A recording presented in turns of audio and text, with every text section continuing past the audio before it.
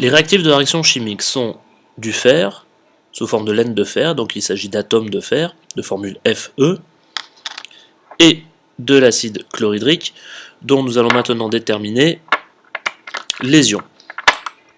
Donc je vais commencer par réaliser la mesure du pH.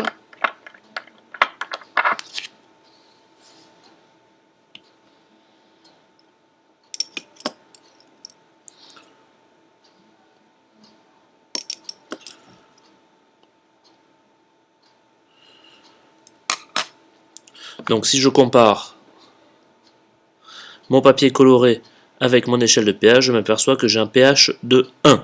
Donc, il s'agit bien d'acide, qui contient donc des ions hydrogène, H+.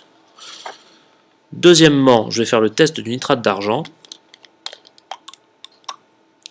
c'est-à-dire qu'en mettant une goutte de nitrate d'argent, j'obtiens un précipité blanc, qui noircira à la lumière au cours du temps, qui me permet donc de conclure qu'il y a aussi des ions chlorure Cl-.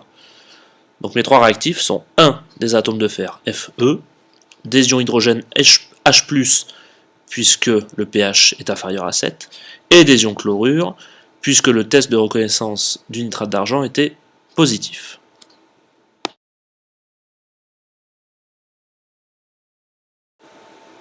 La réaction à proprement parler. Donc, on introduit dans un tube à essai la laine de fer, puis on la noie sous l'acide chlorhydrique.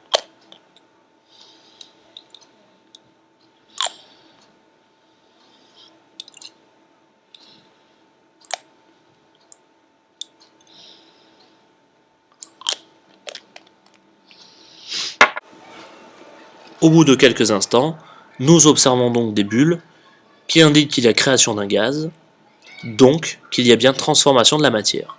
C'est donc bien une réaction chimique dont nous connaissons déjà les réactifs. Nous allons maintenant tenter d'identifier les produits.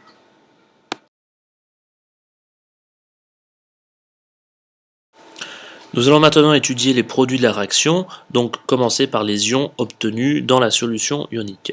Donc pour ce faire, nous allons diviser en deux le liquide ionique obtenu après la réaction.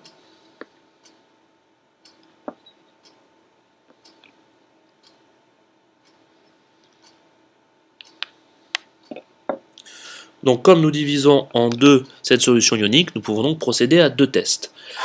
Dans le premier tube à essai, nous allons verser un peu d'hydroxyde de sodium.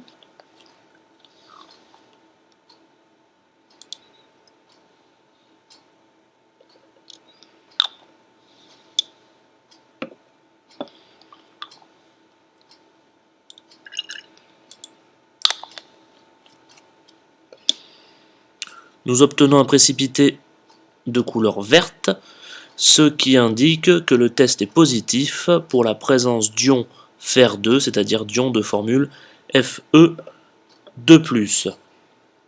Dans le deuxième tube à essai, nous refaisons le test du nitrate d'argent.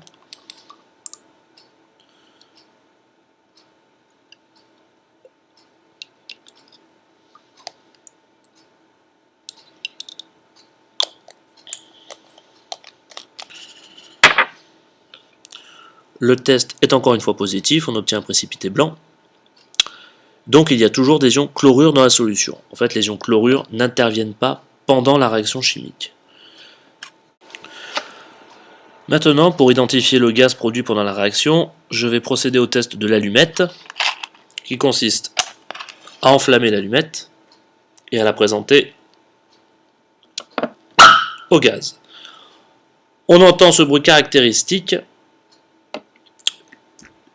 d'un quel gaz? Caractéristique du dihydrogène. Donc quand on entend un aboiement ou un jappement au contact d'une allumette enflammée, c'est donc que le gaz recherché est du dihydrogène, de formule H2.